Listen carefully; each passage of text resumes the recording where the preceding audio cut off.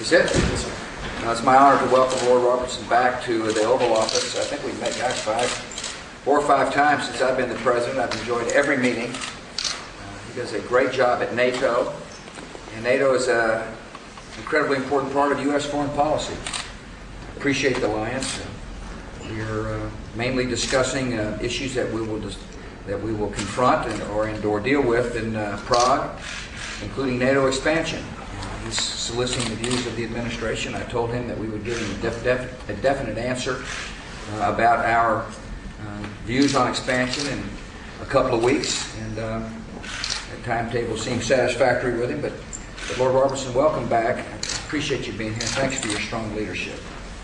I'm delighted to be again in the Oval Office, Mr. President. The President's shown, not just by meetings with me, but in every other way possible, his administration's commitment to NATO and to the strength of this transatlantic alliance that has bound together these democratic and freedom-loving states over all of the years.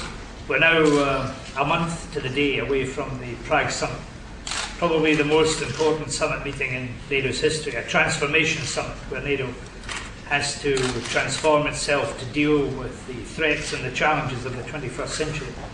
And I believe we'll have a good package on new members, a robust enlargement, new capabilities to deal with terrorism and to deal with the other challenges and nightmares that we may face ahead in the future, and new relationships with Russia, with Ukraine, with our partner countries, building the world's largest permanent alliance and one which the world can rely on.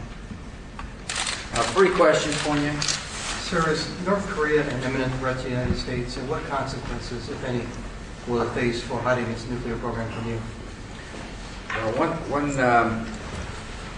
We had a bit of troubling news when we discovered the fact that, contrary to what we had been led to believe, that they were enriching uranium, the idea of developing a nuclear weapon.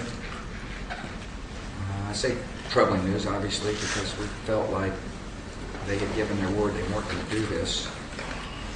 I view this as an opportunity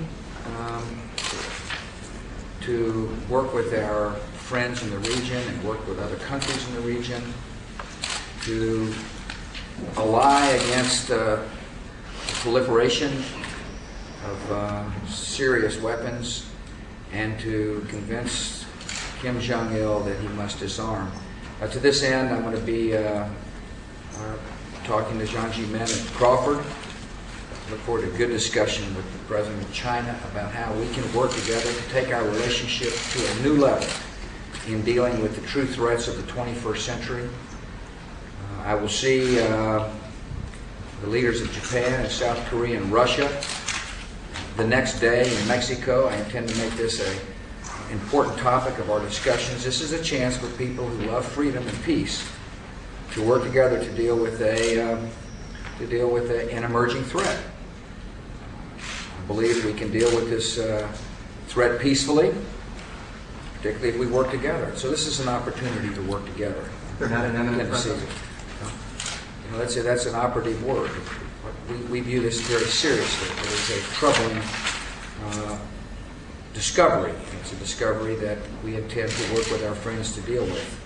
And I believe we can do it peacefully. I look forward to working with people to encourage them that we must convince Kim Jong-il to disarm for the sake of peace. And the people who've got most at stake, of course, in this posture are the people who are his neighbors.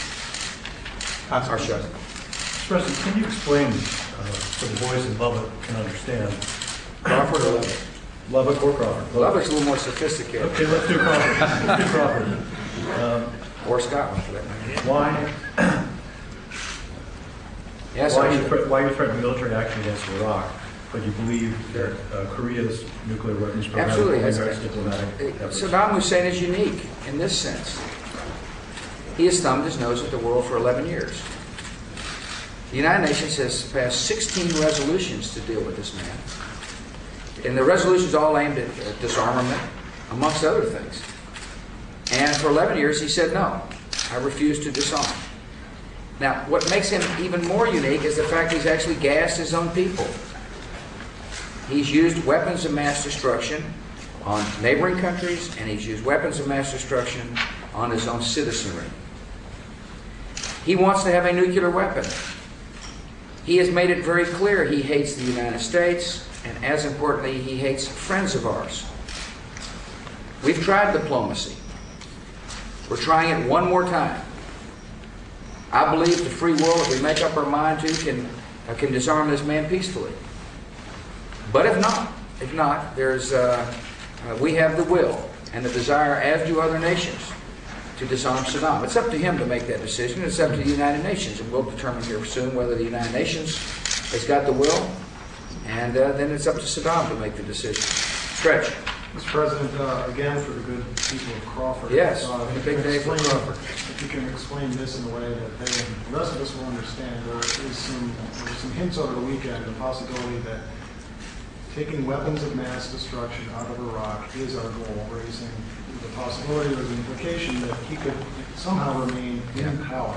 Can you say authoritatively and declaratively whether you can achieve your aims there in a way that leaves him still in The office? stated policy of the United States is regime change because for 11 years, Saddam Hussein has ignored the United Nations and the free world. For 11 years, he has, he said, look, you passed all these resolutions. I could care less what you passed. And that's why the stated policy of our government, previous administration and this administration, is regime change because we don't believe he is going to change. However, if he were to meet all the conditions of the United Nations, conditions that I've described very clearly in terms that everybody can understand, that in itself will signal the regime has changed.